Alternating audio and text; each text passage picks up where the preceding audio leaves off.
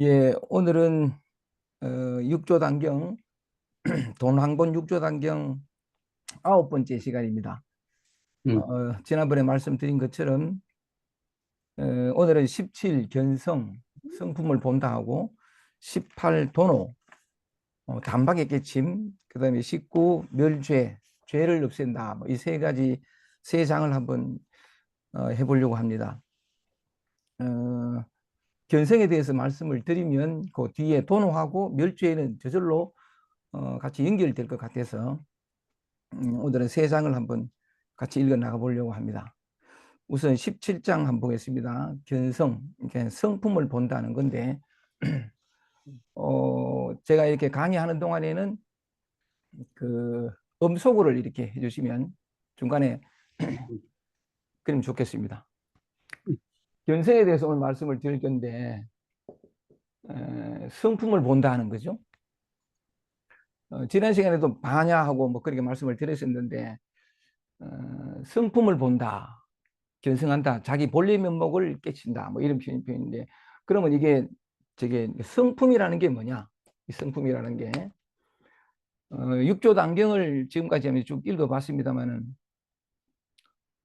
각 장의 그 어떤 소 제목만 다르지 결국은 각 장마다 똑같은 얘기를 하고 있으니까 그리고 또 육조단경 전체를 관통하는 그 하나의 뜻 그것만 계속해서 이제 반복해서 말씀하고 있으니까 그런 측면에서 육조단경을 읽어나가는 게 이 하나, 오늘 성품에 대해서 이제 말씀을 드릴 텐데 이 성품에 대해서 이것이 뭐며 깨달음이라는 게 뭐며 이 세계의 실상 뭐 다 같은 어떤 질문에 대한 답이 되겠습니다만은 나는 누구인지 혹은 나는 무엇인지 이 세계의 실상은 무엇인지 그것에 대한 계속 그 바탕에 있어서 이렇게 그 해능 스님이 말씀하고 계시니까 읽어 나가는 것만으로도 각 장장마다 다 이해하지 못하더라도 꾸준히 읽어 나가면 적어도 그 어떤 그 성품을 본다든지 또는 어떤 도노한다든지 하여간 그 뜻이 무엇인가를 이해하게 되어서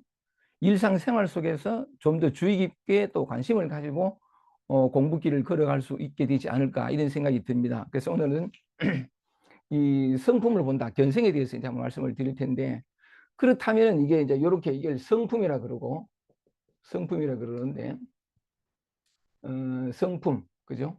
이렇게 해서 성품이라는데 이 성품이 뭐고 그걸 한번 말씀을 드려보면 육조 해능대사가 오조 홍인으로부터 법을 이렇게 이어받고 야반 삼경에 이제 그 법을 금강경을 이제 그 오조 홍인이 육조 해능을 조실방으로 불러가지고 금강경을 설해주면서 두 번째 크게 깨달음을 얻고 그때 이제 말하자면은 그 육조의 법통이 해능한테 넘어가는데 그리고는 뭐냐면 그 오조 홍인이 이 법통을 이어받는 것은 마치 그 목숨이 실에 매달린 것 같다.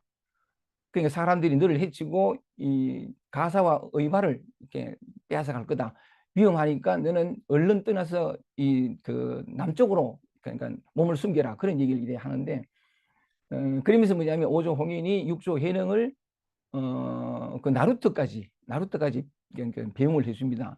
그러면서 이제 배어 태우면서 오조 홍인이 요 말을 하거든요. 뭐라고 얘기를 하냐면 그 얘기를 하는 배경은 뭐냐면 그 옷은 중요하지 않다. 하여간 그런 얘기를 하는데 육조의 옷 이것 때문에 사람들이 마냥 법을 이어받을 생각을 안 하고 그 옷에 가사와 의발을 그러니까 육조라는 가사와 의발을 탐내니까 그 어떤 그 옷은 중요하지 않다라는 대목을 얘기하면서 이 얘기를 하거든요. 그 얘기를 통해 가지고 성품이 무엇인지 한번 말씀을 드려보겠습니다. 깨달음이 무엇인지를 뭐라 하냐면 자고 옛부터 불불 옛부터 부처가 뭐냐면 오직 전했다는 거죠. 뭘 전했냐 하면 그러니까 본체라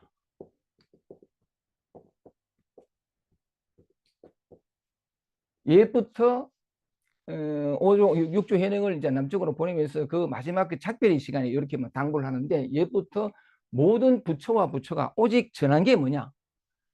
본 바탕 이 본바탕을 전했고, 4사, 조사와 조사가 비밀리에 밀부, 뭐냐면 본심이라 요 얘기를 하거든요. 옛부터 부처와 부처가 이 전해준 게 하나 있다는 거지. 뭘 전해주느냐? 부처와 부처가 오직 본바탕, 본체라 그러는데 이 본바탕을 전해줬고, 또 뭐냐면 조사가 모든 조사와 조사들이 비밀리에 뭐냐면 본래 마음을 전해줬다. 이 얘기를 하거든요.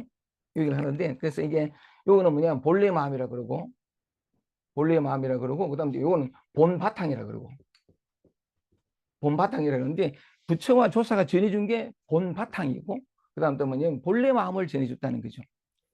왜 이런 얘기를 했냐면, 성품이 뭐냐를 말씀을 드린 데 있어서, 이 성품이 뭐냐면 이게 본바탕이라 하기도 하고 본래 마음이라고 하는데, 오직 뭐냐면 본래 마음을 전해줬다라는 측면에서 직지인심이라, 이게 선종의 기본 어떤 그게 있죠, 그죠? 직지인심이라, 오직 전해준 게 뭐냐, 사람의 마음을 직접 바로 가르쳐 가지고 그것을 전해줬고, 또 뭐냐면 이심전심이라, 마음에서 마음으로, 오직 마음에서 마음으로 전해줬다. 이 견성성불이라고 표현하는데, 그래서 뭐냐면 이 성품이 뭔가를 이제 말씀을 드리는데, 이 성품을 다른 말로 본바탕이라 하고, 또는 본래 마음이라 하고, 사람의 마음을, 곧장 사람의 마음을 가겠다 측면에서 본래 마음 가기도 하고 그냥 마음이라고 하기도 하고, 그죠? 그다음에 이심전심, 마음에서 마음으로 정한다.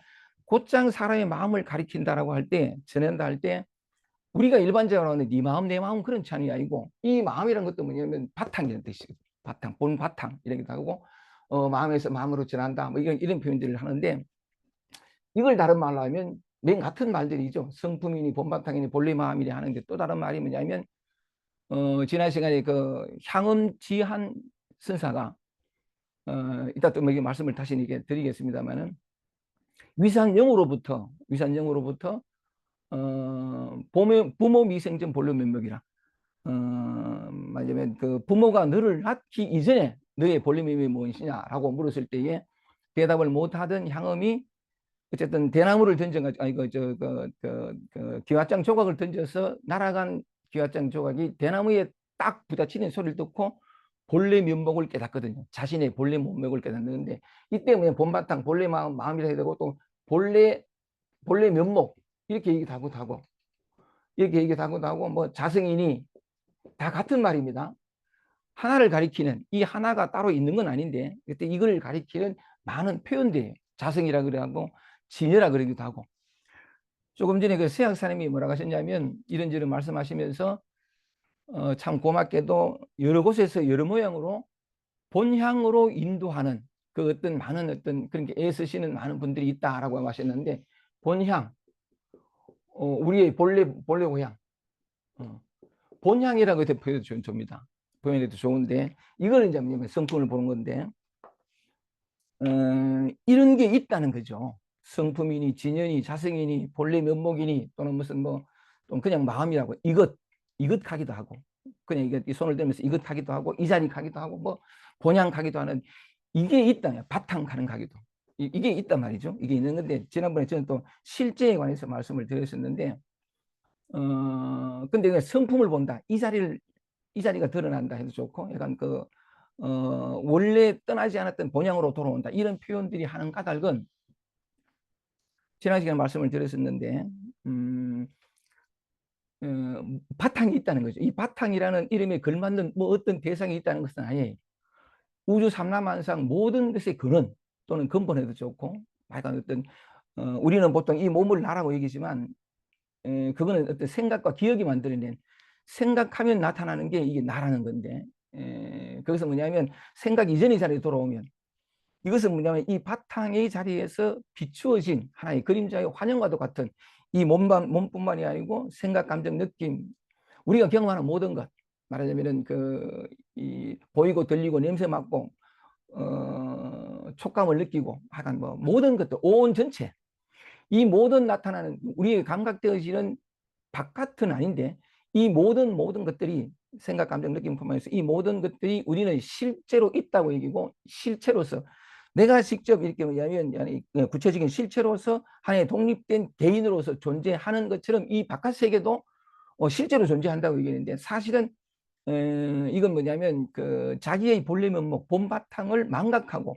나타나고 비추어진 이걸 실제라고 얘기할 뿐이지, 실제라는 것은 뭐냐면 이 바탕, 그는 자리, 이걸 성품이라도 좋고 이걸 본향이라도 좋고 본래 면목도 좋은데, 그러면 성품을 본다는 건 뭐냐면 바깥 대상, 이 몸을 포함해서 생각, 감정, 느낌뿐만 아니고 우주 삼라만상 전체, 이것이 있다 여기고, 말하자면은 실제는, 실제 세계는 이것이고 본래 바탕, 이것을 비추고 있는 이걸 망각하고 있다가 이게 뒤집어지면 이걸 전도몽상이라고 그러는데, 지난 시간에 말씀드린 것처럼 진짜 있는 건 망각해버리고 이 있음에서 비추어진 어떤 환영과도 같은, 있다고도 할 수 없고 없다고도 할 수 없는 이것을 실체로 여기다가, 이게 이제 전도몽상이 그러죠. 이게 성품을 본다는 건 뭐냐면 있는 듯 하나 사실은 있는 것이 아닌 그 진실을 발견하고 자기 본래 면목, 이쪽으로 돌아오는 걸 뭐냐면 흔히 하는 말로 뭐 견성한다, 성품한다, 자기의 본래 면목을 본다, 뭐 그런 표현을 하거든요.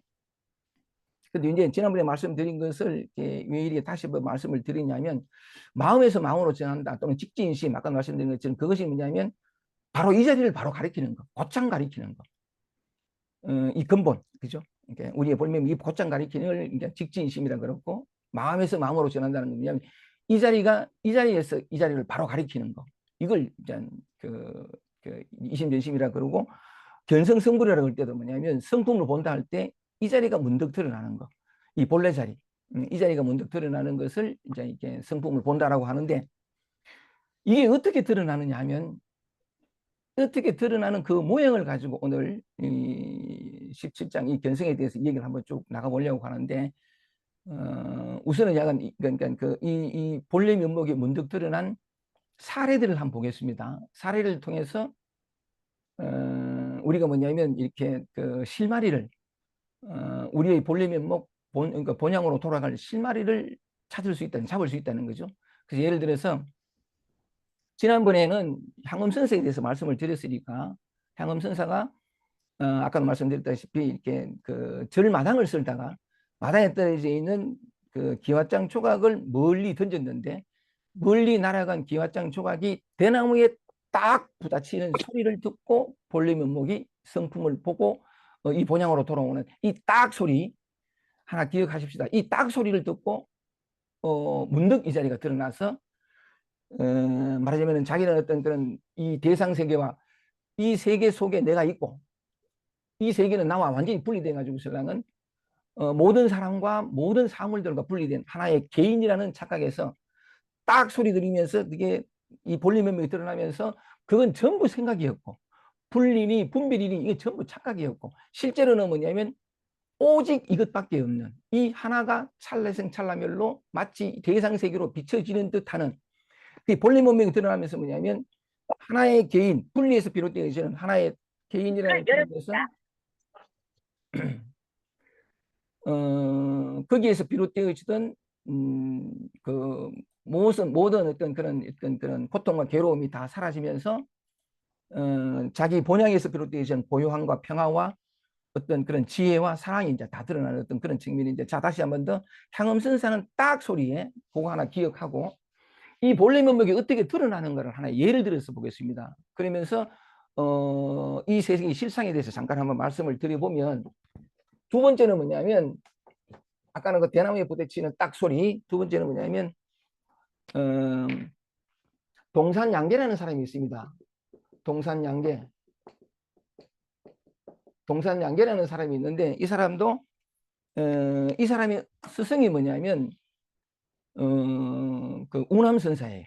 근데 우남선사인데 우남선사가 돌아가실 때 열반할 때가 돼가지고 동산양계 선사가, 그때는 선사가 아니죠, 스님이었을 때인데 여전히 이제 깨달음을 추구하고 그러니까 그 부처를 얻고자 하는 어떤 그런 자리에 위치에 있었는데, 돌아가시기 그러니까 그 열반을 앞둔 그 우남선사에게 묻습니다. 스님이 돌아가시고 난 뒤에 만약에 어떤 사람이 나에게 묻기를 자네 스승인 우남선사는 어떤 사람이었던가 하고 묻는다면 제가 뭐라고 대답할까요? 하고 질문을 하거든요. 열반을 앞둔 그 우남선사에게 스님이 돌아가시고 난 다음에 만약에 어떤 사람이 나에게 묻기를 자네 스승은 어떤 사람이었는가 하고 묻는다면 제가 그 사람한테 뭐라고 대답할까요? 라고 물었는데 그 질문을 들은 우남선사가 한참을 아무 말을 하지 않고 양구라 오랫동안 그냥 아무 말 없이 있습니다. 이따가 뭐라고 턱 얘기하냐면 그저 이것뿐이니라 이렇게 말해요. 그저 이것뿐이니라. 그저 이것뿐이니라 하는 이것. 그저 이것뿐이니라 하는 이 말이 나타나는 여기. 그냥 그저 이것뿐이니라 하는 그 말을 들었는데 동산양계가 못 알아들어요. 그 말을. 못 알아듣고 그냥 우두커니 생각의 잠재가 이래 있으니까 우남선사가 한마디 더 합니다. 모름지기 이 일을 알기 위해서는 자세히 살펴야 하느니라. 모름지기 이 일을 알기 위해서는 자세히 살펴야 하느니라. 근데 그 말도 못 알아들었어요. 못 알아듣고 난 다음에 나중에 이제 답의식을 했는지 모르지만 그 뒤에 동산 양계가 동산이 길을 떠나 이제 선원이 돌아가셨으니까 길을 떠나서 어느 곳에 길을 가다가 산길을 가다가 마침 개울이 있어서 개울을 건널 때에 개울을 건너면서 징검다리를 해서 건너니까 근데 건너다가 그 개울물에 비친 자기 그림자를 보고 깨닫습니다. 문득 본래 몸이 드러나거든요. 문득 깨닫습니다. 그리고 난 다음에 이제 자기 그 개울물에 비춰진 자기 그림자를 보고 문득 깨닫습니다. 그리고는 이렇게 오도송을 하거든요. 절대로 딴 곳에서 찾지 말지니 절기종탐역이라 절대로 딴 곳에서 찾지 말지니 초초유화소라 찾을수록 나로부터 나에게서 더욱더 멀어진다. 나는 지금 나 홀로 길을 가는데 곳곳에서 이것을 만난다. 하여간 뭐 그런 어떤 오도성을 읊었는데 자 주목하고 싶은 것은 절대로 딴 곳이 찾지 말지라 그런 표현을 했지만 내가 주목하고 싶은 것은 뭐냐면 개울물을 건너다가 자기 그 개울물에 비춰진 그림자를 보고 대오합니다. 이 본래 성품을 보거든요. 견성한단 말이죠. 대오한다 그죠. 자기 성품 자리를 보거든요. 아까 향음지하는 대나무에 깨어진 기왓장이 딱 부딪히는 딱 소리 듣고 이번에는 뭐냐면 자기 개울물에 비친 자기 그림자를 보고 깨닫습니다. 또 약간 한두 가지만 더 예를 들면 백장선사 밑에 뭐냐면 그 마조 밑에 백장선사가 있었습니다. 백장이 깨닫는 연유를 한번 볼게요. 또 이 사람들이 깨닫는 연유를 통해서 우리가 실마리를 찾을 수 있다는 거죠. 우리 이 삶 속에서 찾을 수 있다는 건데 백장하고 이제 마조가 이렇게 점심 공양을 마치고 하고 뭐 어느 때든 상관없고 그러니까 이제 바람 쐬러 나간 거죠. 바람 쐬러 나가는데 어느 오솔길 산길로 이렇게 걸어가다 하니까 그 자그마한 어떤 개울물인가 뭐 조그만 호수말이 그 있던 물놀이 몇 마리가 뭐냐면 사람이 걸어오는 인기척이 느껴지니까 후루룩 날아간 거죠. 후다닥 하고 날아가니까 마조가 백장이 묻습니다. 이 무슨 소리고? 이 무슨 소리가 있겠냐면 백장이 뭐냐 하냐면 물오리떼가 날아가는 소리입니다. 물오리떼가 날아가는 소리입니다. 그렇죠? 그러니까 뭐냐면 그런가 하고 걸어가다가 조금 걸어가다가 마조가 다시 백장에게 묻습니다. 물오리떼가 어디로 날아갔지? 이렇게 묻습니다. 어디로 날아갔지? 하고 물으니까 저쪽으로 날아갔습니다. 그런 백장이 저쪽으로 날아갔습니다. 하는 순간에 이 마조가 백장의 코를 확 잡고 비틀어 버립니다. 확 비틀리면서 확 비트니까 세게 비트니까 백장이 막 굉장히 아팠겠죠. 아약 하고 있는데 그때 이제 마조가 뭐라 했냐면 저쪽으로 날아갔다더니 여기 있구만. 저쪽으로 날아갔다더니 여기 있네. 이 말 하거든요. 그때 뭐냐면 백장이 느꼈던 코의 통증 그리고 아야 소리 이거 코의 통증과 아야 소리 이것이 뭐냐면 깨달음의 기현이라는 말이죠. 말하자면 그 본래 면목 성품을 보게 되는 이 자기의 본향으로 돌아온 또 한 가지만 더 이 백장 제자가 위산영우예요. 위양종을 만들었던 창조했던 그런 건데 위산영우는 백장 밑에서 이제 제자로 있다가 어느 날 초겨울쯤 됐는지 모르겠는데 그 백장 방에서 그러니까 자기 스승을 모시고 이래 앉아 있었단 말이죠. 그래서 이제 그 머리밭에 있는 화로불이 뜨거워야 되는데 화로불이 온기가 느껴지지 않아. 그래서 백장이 위산 영웅한테 뭐라 하냐면, 야야 좀 이렇게 와야 돼. 저 온기가 없노. 화로불에 불씨가 있는지 한번 찾아보라 그러거든요. 백장이 위산 영웅한테 화로불에 불씨가 있는지 찾아보라 그랬더니, 이 위산이 뭐냐면 그 화로불에 불씨를 찾아보는데 없어요. 그래서 불씨가 남아있지 않습니다. 불씨가 없습니다. 그랬단 말이에요. 그랬더니 백장이 불떡 일나가지고 신랑은 화로불을 자세히 찾아봅니다. 자세히 찾아보고는 아주 작은 불씨를 하나 찾거든요. 불씨를 하나 찾으면서 뭐라 하냐면, 불씨가 여기 있네. 불씨가 여기 있구나. 이 순간에 위산이 깨닫습니다. 자, 불씨. 그걸 보고 말하자면 그 성품차를 보고 견성하게 되어서 도노하게 되거든요. 대오하게 됩니다. 불씨를 보고서는 먼저 깨닫게 되는데, 또 어떤 사람은 뭐냐면 이 사람은 누군지 모르겠는데, 이름은 모르겠는데, 봄에 길을 가다가 복사꽃이 예쁘게 피어 있는 거 보고 깨닫습니다. 그걸 보는 뭐 얘기가 있는데, 복사꽃을 보고 깨닫기도 하고, 또 뭐냐면 조조한테 묻죠. 부처가 뭡니까? 뜰 앞에 잣나무다. 뜰 앞에 잣나무다. 그때 이제 물었던 그 사람이 뭐라고 묻냐면, 저는 불법을 물었는데 왜 사물에 대해서 사물을 말씀하십니까? 뜰 앞에 잣나무. 왜 사물을 말씀하십니까? 했을 때 조조가 뭐라고 하냐면, 나는 사물을 말하지 않았다. 뜰 앞에 잣나무 이거예요. 뜰 하는 이거. 모든 곳에서 그래야 되는데, 제가 이 말씀을 드린 까닭이 뭐냐면, 이 바탕이 있다는 거죠. 이건 알 수도 없고 볼 수도 없고 만질 수도 없고 어떻게 할 수도 없어요. 그런데 이것이 있고서, 이 근원이 있고서 이 몸도 나타나고 이 말도 나타나고 움직임도 나타나고 우주 삼라만상이 다 보이는 형상과 색깔과 소리와 이 모든 것들이 다 나타나거든요. 이 세상에 그 어떤 것도 이것이 없이는 나타날 수 없어요. 어떤 것도 뭐냐면 티끌 하나까지도, 개미가 기어다니는 그 개미의 걸음걸이까지도, 개미가 기어다니면서 백사장을 걸어다니면서 뭐냐면 그 걸어다니는 흔적을 남기는 것조차, 개미가 걸어간 자체를 남기는 것조차 이것이 없이는 안 돼. 개미라는 어떤 그 구체적인 사물이 그걸 만드는 게 아니거든요. 어쨌든 모든 것이 뭐냐면 보이고 들리고 느껴지고 아는 전부가 이것의 나타남이에요. 따라서 뭐다라고 말했던, 그러니까 우리가 경험하는 일체 모든 대상들은 뭐냐면 대상이 아니에요. 오직 이것이 나타내지. 이것이 다. 따라서 어떤 나타난 사물과 형상과 소리도 전부 이것이에요. 만물이 슬퍼한다 하는 말이 뭐냐면, 향음지안이 대나무에 부딪히는 소리를 딱 이 소리 듣고 이 모든 것이 이것을 가리키거든요. 소리가 이거라고. 소리라는 것도 뭐냐면 이름이긴 하지만 그 소리가 객관적 대상으로 따로 있는 게 아니고 딱 하는 이거라고. 그 소리가 아니고 이거라거든요. 이 본래 바탕이라는 거죠. 자, 그리고 뭐냐면 시냇가를 걷으면서 자기 시냇물이 비친 그림자, 이게 이거라고요. 그렇게 본래 바탕이 나타나는 기연을 보면, 그래서 제가 말씀드리는 게 불씨, 화로불의 불씨, 그 다음 또 뭐냐면 어떤 사람은 또 이렇게 시장 바닥을 걷다가 마침 육수관 앞을 지나가는데 손님들이 고기 살라고 이렇게 그 앞을 지나가고 있었던 거래. 그 어떤 손님이 육수관 주인한테 뭐라 했냐면, 좋은 고기 주세요 했단 말이에요. 좋은 고기 주세요. 근데 그 육수관 주인이 뭐라 했냐면, 우리 집에는 좋은 고기밖에 없습니다. 그 말을 듣고 깨달아요. 자, 이제 돌아오겠습니다. 우리가 경험되어지는 객관적 대상이라고 하는 저 전체가 뭐냐면, 이 몸이 나라고 내가 있다라고 얘기를 때문이냐면 그게 대상으로 경험돼요. 이것도 대상이거든요. 근데 사실은 뭐냐면 주관과 객관이라는 그 착각에서 비롯되어지는 건데, 객관적 사물이 존재하지는 않아요. 있다 없다라는 차원은 아닌데, 그 모든 것이 뭐냐면 이 법의 현현이라는 거지. 그런 측면에서 이제 이 나타나는 모든 것이 생각, 감정, 느낌뿐만이 아니고, 뭐 곧잘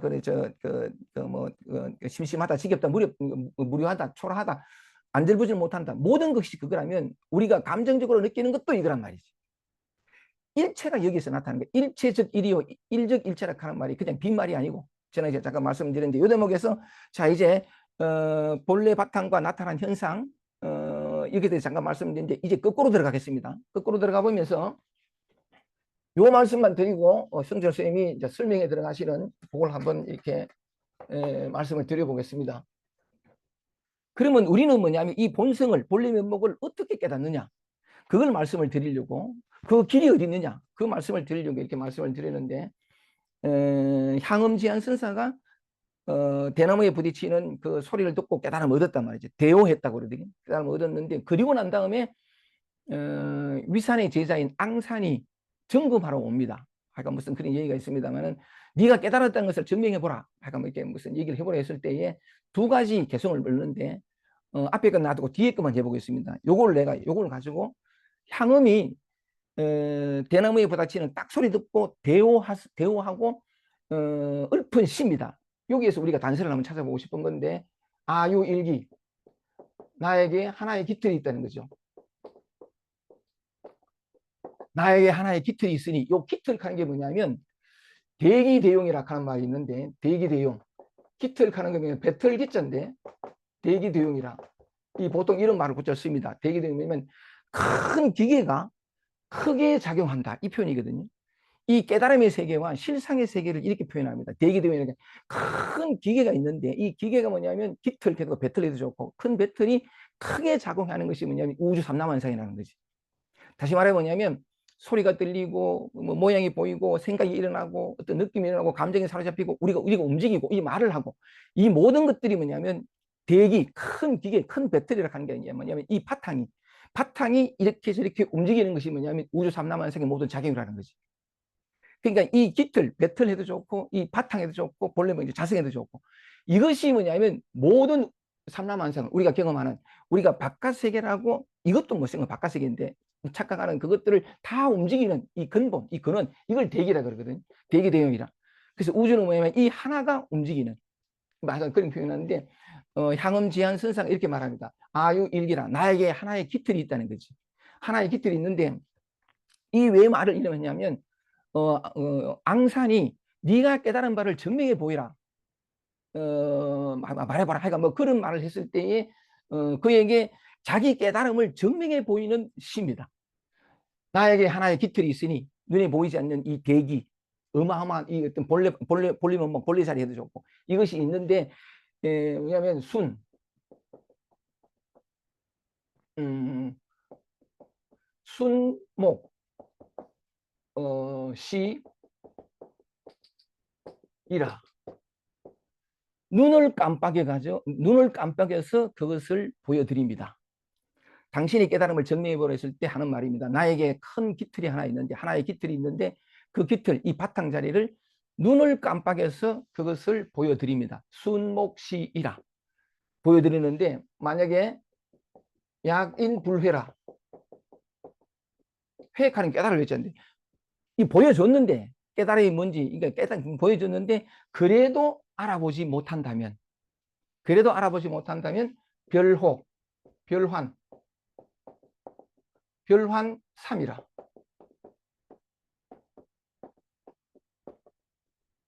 그래도 알아보지 못한다면 뭐냐면 별환삼이라, 따로이 삼이야 하고 삼위성을 부리겠습니다, 이렇게 말하거든요.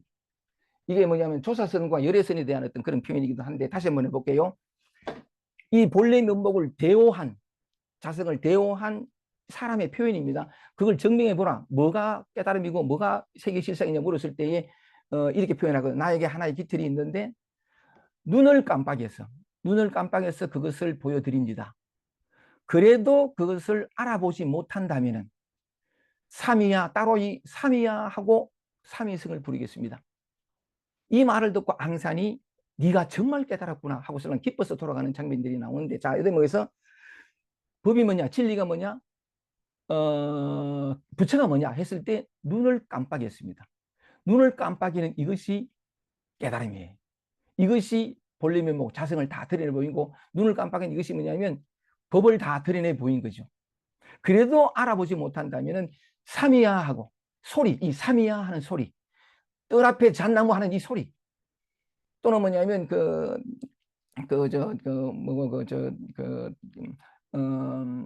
양나라 무제, 금강경을 듣고 싶어가지고 부대사를 불렀을 때, 부대사라는 걸출한 어떤 그런 큰 스승을 불렀을 때 금강경을 서려달라 했을 때 뭐냐면 부대사가 양나라 무제 그 황제 앞에 나가서 옛날에는 그 법을 설할 때는 뭐냐면 법상에 오르거든요. 올라가니까 그 법상에 올라가서 금강경을 설해달라 했을 때 올라가서 그 부대사가 한 짓이 뭐냐면 손을 들고 상을 쾅 쳤어요. 산을 쾅 치고 상을 쾅 치고 내려와 버렸다. 그게 금강경을 다 설한 거거든요. 눈 깜빡깜빡한 것 이거 옷에 있는 이게 실오라기 하나 훅 부는 이거 이게 법을 다 드러낸 거라고. 뒤바꿔 얘기하면 이것이 법이면 어, 먼지 하나 또는 뭐 겨울에 눈이 내릴 때에 하늘에 흩날리는 막 흩날리고 날아오는 그 하나하나가 다 제 있을 자리에 떨어진다라는 그런 시도 있는 것처럼 왜 갑자기 제가 뭐냐면 이게 견성을 얘기하면서 여러 사람의 깨어난 대오한 그 기원을 말씀드리냐 하면 그들이 기원은 뭐냐면 소리, 그 다음에 모습, 그 다음에 어떤 그런 또 뭐냐면 그 복사꽃이 핀 거, 그럼 또 뭐야 모든 어떤 그런 기원들이란 말이에요. 눈 깜짝거리고 또는 삼위하고 부르는 이 소리. 자, 이걸 우리 일상으로 돌아와 보자고요. 꼭 그 사람 그런 사람들의 깨달음의 기원만을 얘기할 게 아니고 우리 일상 들어오면 아침에 눈을 떴을 때에 부엌에서 달가락거리는 소리, 이 소리하고 기왓장 조각이 대나무에 부닥치는 소리하고 뭐가 다른가요? 이 소리하고 이 소리하고 어, 이 소리하고 이겁니다 하는 이 소리하고 그다음 또 뭐냐면 우리 일상 속에서 밥그릇 부닥치는 소리, 비 오는 소리. 오늘 그 배승민 원장님이 그 기쁨의 10가지 이름이라는 그 글을 이렇게 그 오늘 수업하기 전에 잠깐 올리셨는데 제가 잠깐 읽어봤거든요. 바이런 케이티가 그런 말을 하거든요. 나에게는 아름다운 새소리와 자동차 경적소리가 똑같다. 그 모든 것은 신의 소리다. 이 표현을 하거든요. 신의 소리라는 게 뭐냐면 이 바탕에서 나는 소리인데 이 바탕이 그런 소리라는 어떤 모양으로 나타난 거라는 거예요. 일체 모든 소리가 신의 소리가 맞아요. 이 바탕에서 일어났다 사라지는 모든 형상이 그렇고 내 안에서 올라오는 모든 생각, 감정, 느낌이 그렇고 일체 모든 것이 우리가 경험되고 감각되어지는 모든 것들이 이 몸도 마찬가지고 이 소리도 마찬가지고 움직임도 마찬가지고 얘기를 하면서 제 몸에 약간의 느껴지는 이 열감도 마찬가지고 하여간 모든 것이 이거거든요. 이것이 찰나찰나 바로 그런 소리인 듯 모양인 듯 냄새인 듯 촉감인 듯 생각인 듯 감정인 듯 느낌인 듯 이렇게 나타나는 거예요. 어떤 것도 뭐냐면 이것의 나타남이라는 거죠. 그래서 이 진실에 눈 뜨는 걸 뭐냐면 변성한다 성품한다 그렇게 보통 얘기를 하는데 그래서 이렇게 말씀을 드린 까닭이 그렇게 이 사람들이 깨달음의 기원에 뭐 그러니까 그런데 하고 대우했다 이렇게만 넘기실 게 아니고 이 사실이 이해가 되면 이 사실이 이렇게 그 뭐라 그럴까 제가 말씀드린 것처럼 모든 것이 이것의 어떤 현실이라는 것이 된다면 관심을 우리 주위에서 들리는 소리에 관심을 기울이고 주의를 거기에 기울일 거라는 거죠. 우리는 너무나 오랫동안 생각과 동시대에 살아왔기 때문에 또 주관과 객관이기 때문에 소리만 딱 들리면 저게 무슨 소리다 분별로 모든 걸 판단하거든요.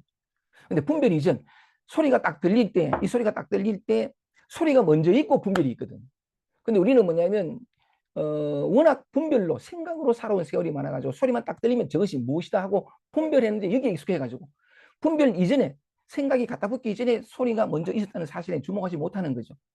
근데 만약에 이제 이런 얘기들에서 좀 이렇게 그 마음이 이렇게 좀 이렇게 울림이 있으면 분별 이전의 세계가 바로 지금 이대로거든요. 이대로인데 그래서 깨달은 사람들, 대우했다는 사람들, 그 어떤 그런 그 사람들이 기원에 자꾸 이렇게 뭐 있나 싶어가지고 그래 할 것이 아니고, 아침 눈을 떴을 때 또는 생각이 일어나고, 우리가 곧잘 이렇게 사로잡히기도 하고, 게으르기도 좀 무료하고 심심하고, 이것도 뭐냐면 이거란 말이죠. 이 진리가 법이 이렇게 나타나는 게 우리는 분별하잖아요. 게으르다, 심심하다, 무료하다. 그래서 그걸 어떻게 하려고 한단 말이에요. 아니에요. 그건 분별을 했기 때문에 이것은 좋지 않은 거, 좋은 거, 취할 거, 버리고 나타나기 때문에 그게 이제면 끊임없이 분별로 취하고 버리는 어떤 세상으로 이 세계가 바라보이기 때문에 뭐냐면 바라보임으로 말미암아서 끊임없는 어떤 그런 고통과 괴로움 속으로 결핍 속으로 들어가는데 이런 얘기들이 모든 것이 이것의 현인이라는 어떤 그런 얘기가 가슴에 좀 이렇게 살아있으면 대뜸 분별에 의해서 이것이다 저것이다 뭐 이렇게 가는 것이 아니라 소리에 줄을 기울이고 딱 소리가 향음이라는 한 사람을 깨웠듯이 그리고 또 뭐냐면 물에 비친 자기 그림자가 동산 양계를 끼웠듯이 우리 일상 속에서 모든 것들이 다 이것이라는 어떤 그런 어떤 이해가 오면 그냥 흘려버린 것이 아니고 좀 주의 있게 보면서 바로 일상 속에서 심심하고 무리하고 지겨워 이게 물결이 일으킨다는 거죠. 이게 말씀을 드리는데 물결이 일으키는데 물결이 그대로 물이에요. 심심하다, 무리하다, 우울하다, 불안하다, 기쁘다, 재밌다 또는 어떤 소리, 생각, 감정, 느낌 전부가 다 물결인데 이 물결이 그대로 물이라는 거죠.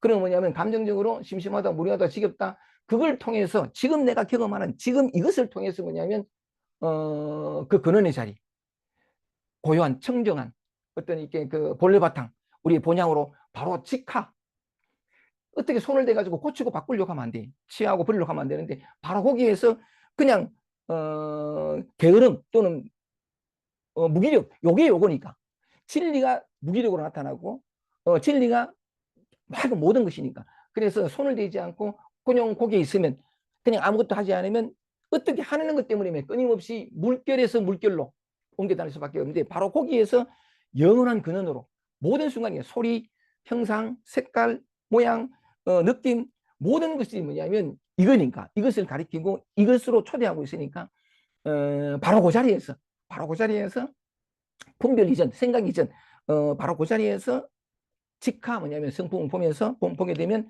나라고 믿었던 모든 어떤 관념들, 어떤 분리들 거기서 비롯되는 것들이 다 사라지고 자기 본래 면목을 화려히 되찾아가지고 신랑은 분리 없는 하나. 거기에서 저절로 올라오는 게 지혜와 사랑과 자비와 뭐냐면 평화와 모든 것들. 우리가 그렇게 온 생을 바쳐서 얻고자 하는 그 모든 것들이 바로 지금 여기에서 이것을 잃어버리지 않고 있거든요. 소리 여기에 그게 들리고 형상 모든 것들이 있어. 그래서 바로 지금 여기에서 곧장 뭐냐면 화려히 자기 본래 면목을 되찾아서 뚜렷이 이 실상 세계를 살아갈 수 있는. 그러면서도 뭐냐면 한 개인으로서의 그대로 겉모양은 달라진 게 없는데 분리 없는 하나로서 그 절대적인 평화로서 절대적인 영원히 물들지 않고 사라지지 않는 그 자유로서 살아갈 수 있게 된다는 거죠. 이렇게 길은 가까이 있어요. 아니 길은 언제나 드러나 있고 돈은 언제나 드러나 있고 덜 그렇다고요.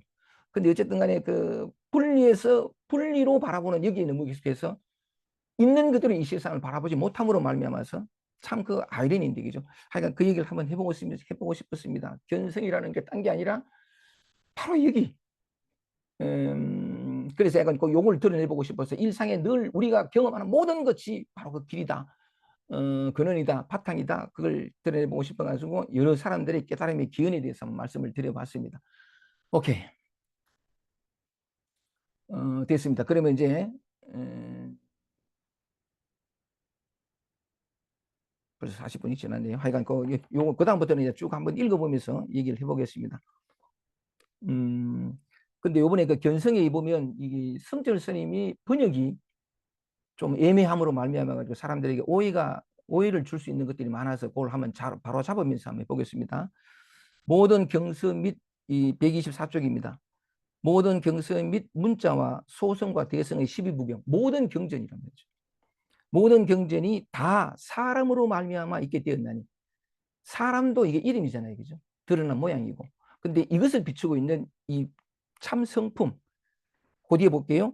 모든 12부의 경전이 다 사람으로 말미암아 있게 되었나니 지혜의 성품에 연유한 까닭으로 이 바탕에서 이 그런 자리에서 이것으로서 모든 지혜가 나타나는 거거든요. 세계의 실상에 대한 어떤 바른 안목도 열리고 사람으로서 아니 사람 안에 있는 이것 임재 선생가 보장 뭐냐면 뭐 사람이란 이 바탕을 사람으로 비유해서 보장 얘기도 하기도 합니다만 하여간 이 모든 경성 및 문자와 소성과 대성과 12부의 경전이 다 사람으로 말미암아 있게 되었나니 지혜의 성품에 연유한 까닭으로 이 바탕에서 너희 세운 것이니라 그런 얘기죠. 만약 내가 없다면 지혜 있는 사람과 모든 만법이 본래 없을 것이다. 이 문장이 성립하려면 이 나라는 게 바탕이 되어야 돼요. 이 바탕이 없다면 지혜 있는 사람도 없고 모든 만법이 있을 수가 없어요. 근데 이걸 나라고 여기면 이 개인이라 나라는 얘기면 이 나는 본래 없기 때문에 이 말이 안 돼요. 그래서 약간 이런 어떤 오해의 소지가 있어서 만약 내가 없다면 가는 이 나라는 게 이 바탕 이게 없다면 어떤 것도 있을 수 없는 그런 측면인데 한 개인으로서의 나라는 건 착각 속에 있기 때문에 본래 없어요. 그런 측면에서 조금 이렇게 바로 잡고 싶고 그 다음 문장 볼게요. 그러므로 만법이 이 우주 삼라만상 생각 감정 느낌 표현하면 모든 만법이 본래 사람으로 말미암아 일어난 것이요. 그 다음에 일체 모든 경전이 뭐냐면 여기에서 오해가 있습니다. 성철 선생님이 잘못 번역하셨는데 일체 경서가 사람으로 말미암아 있음을 말한 것임을 요게 이제 원래 원래 원문은 이래 되어 있습니다. 일체 경전들이 경전들이 뭐냐면 유인 논설이라. 유인, 사람으로 말미암아 설, 설교라 이래 돼 있거든요. 근데 이게 성경에 뭐냐면 일체 모든 경전의 글들이 경전인들이 사람으로 말미암아 있음을 설한 것이다 이렇게 표현했는데 이게 조금 제가 볼 때는 그렇다는 거죠. 일체 모든 경전들이 뭐냐면 사람이 말함으로 말미암아 있다. 일체 경전들이 있게 된 게 뭐냐면 사람이 말함으로 말미암아 있게 된 것이지 사람으로 말미암아 있음을 말한 것이다. 하여간 표현에 따라서는 또 그렇게 말할 수도 있겠네요. 그죠? 있을 수도 있는데 그 있음이라는 사실이 이 바탕으로 이해되면 상관없는데 그 표현이 조금 모호한 것 같아가지고 근데 요 대목에서 하나 말씀을 드려보면 마음법이 우주 삼남 만상이 생각, 감정, 느낌뿐만 아니고 우리가 경험하는 모든 것이 본래 사람으로 말미암아 일어나는 것이요. 이 사람이라는 몸뚱아리도 여기서 비춰진 그림자거든. 그러니까 이 바탕에서 그런데 뭐냐면 이 세계의 실상에 대해서 금강에서 말한 것처럼 그게 일체 모든 것들이 우리가 경험하는 모든 것들이 꿈 같고 환 같고 이 바탕 하나가 이 하나가 일체로 드러나고 있다는 찰나생 찰나멸을 하고 있다는 이 진실을 깨달을 수 있는 유일한 존재가 사람이에요. 다른 모든 것들은 그냥 비춘 어떤 그림자인데 이것조차 생각, 감정, 느낌조차 비추어진 그림자라는 이 진실에 눈뜰 수 있는 유일한 사람이거든요. 유일한 존재가. 그래서 만법이 본래 사람으로 말미암아 가는 거 뭐냐면 이것도 그림자인데 사실 사람 안에 사람으로 말미암아 그런 측면에서 보면 이 바탕 자기 본래 면목을 깨달을 수 있는 존재가 유일하게 사람이니까 사람으로 말미암아라고 얘기하는데 실제로는 이 자성 이 근본 바탕이 이게 드러나면서 세상의 실상에 대해서 뚜렷한 안목을 가지게 되는 그런 의미로 얘기를 하는 건데 그럼에도 불구하고 어쨌든 마음법이 본래 사람으로 말미암아 일어난 것이요 하는 뜻이 뭐냐면 그렇게 이제 이 자성에서부터 비롯되는 것이다. 그 말을 그렇게 표현한 것이라고 말씀을 드려봅니다. 일체 경세가 사람으로 말미암아 있음 가는 게 이 바탕. 이렇게 되면 요 문장은 해석도 괜찮은데 사람이 말함으로 말미암아 있게 된 것이다. 모든 경전에 그렇게도 이제 해석할 수가 있고 그렇습니다. 좋습니다. 이게 30분까지만 이렇게 해보겠습니다. 간단하게 하고 사람 가운데는 어리석은 이도 있고 지혜로운 이도 있기 때문에 어리석으면 작은 사람이 되고 지혜로우면 큰 사람이 되느니라. 이것도 어리석은 어떤 생각을 하거나 지혜로운 사람이 있는 게 아니고 말하자면은 자기 본래 면목은 잊어버리고 나타나는 것이 실제 하는 것처럼 생각을 따라서 생각에 끌려가 버리면 이게 어리석은 사람이 되고 있지도 않은 걸 있다고 하고 실제로 있는 걸 망각해 버리니까 이런 게 뭐냐면 자기 생각과 분별 속에 비추어진 세계가 실제하다고 믿는 사람을 어리석다고 그러는데 이런 사람은 작은 사람이 되고 하는 거 뭐냐면 모든 것과 분리된 한 개인이 되니까요. 이 대부분 이제 중생을 가리키는데 한 개인으로 살아가는 작은 사람이 되고 지혜로우면 큰 사람이 된다는 게 뭐냐면 생각조차도 이 진여의 작용을 알아서 생각이 그려내는 그림 속으로 끌려 들어가지 않는 어떤 것이 어떤 모양이 나타나고 어떤 소리가 들어도 곧 이것임을 아는 사람을 지혜로운 사람이라. 근데 지혜로운 사람이 큰 사람이 된다는 거 뭐냐면 자기가 우주 삼라만상이니까 우주 삼라만상이 자기 안에 있고 표현하자면 그렇습니다. 여기서 비춰진 그림자임을 분명히 아니까 우주 삼라만상이 자기 살림살이니까 이걸 크다라고 얘기하는 거죠. 요 차이는 한 끗밖에 안 되거든요. 생각을 따라고 분별을 따라고 분별해서 비추어진 세상의 실제라 그러면 이걸 어리석다 그러고 그 모든 것이 이것의 작용임을 알면 지혜롭다 하거든. 그러니까 이게 지혜로운 사람이 따로 있고 어떤 그런 어리석은 사람이 따로 있는 게 아니고 일체 모든 작용들은 다 이것의 작용인데 따라가 버리면 중생이 되고 이것임을 이것을 알면 지혜롭다 해서 우주 삼라만성이 자기 살림살이가 되는 어떤 그런 차이밖에 없습니다. 본질적으로 아무 차이가 없고요. 나타나고 사라지는 것은 깨달은 사람이나 깨닫지 못하는 똑같아요. 끌려가느냐 본래 이 자리에 있느냐 자기 자성을 떠나지 않느냐 이 차이밖에 없다는 거죠. 한 생각이 어리석으면 중생이 되고 한 생이 깨달으면 중생이 된다 하는 그 말이 그와 같은 말이죠. 그럼 그 다음 문제 한번 읽어보겠습니다. 미혹한 사람은 지혜 있는 이에게 묻고 지혜 있는 사람은 어리석은 사람을 위하여 법을 설하여 어리석은 이로 하여금 깨쳐서 알아 마음이 열리게 한다. 미혹한 사람이 만약 깨쳐서 마음이 열리면 큰 지혜를 가진 사람과 더불어 차별이 없느니라. 본바탕에서는 아무런 차이가 없다는 그런 얘기잖아요. 그죠? 고번대 문장만 한번 읽어보고 그러므로 알라 깨치지 못하면 부처가 부처도 없고 중생도 없습니다. 깨치지 못하면 아까 말씀드린 것처럼 여기에서 비추어진 그림자의 환인일 뿐인 그게 뭐냐면 실제 안 되고 믿어버리고 생각을 믿어버리고 아까 그 배 원장님이 보내준 바이런 KT 그 얘기에서 생각을 믿어버리면 모든 것이 분리가 일어난다. KT의 그 표현과 마찬가지인데 생각을 믿으면 그게 중생이라 그걸 중생이라 하고 이름할 뿐이죠. 중생이라는 것도 없고 부처도 없지만 한 생각 한순간 깨치면 중생이고 부처니라 하는 게 모든 게 이것이 작용임을 알면 그래서 이 자리를 벗어나지 않으면 그걸 꼭 부처라 한다. 부처도 없고 중생도 없는데 그러니까 마음법이 다 자기 마음 가운데 있느니라. 승철 스님은 마음법이 다 자기 몸과 마음 가운데 있느니라 그랬는데 이 몸도 비춰진 그림자인데 이때의 마음은 이 자기 바탕 그게 있느니라. 좋습니다. 그거 이제 그 말씀을 충분히 드렸으니까 그 뒤에 도노도 결국은 이걸 가리키는 거거든요. 제가 방금 말씀드렸던 그것을 가리키는데 다 읽진 않고 한번 이렇게 짚어봐야 될 부분을 제가 한번 읽어보겠습니다. 127쪽에 보면 그 중간 밑에 중간쯤 보면 그런 말이 있습니다. 음, 어,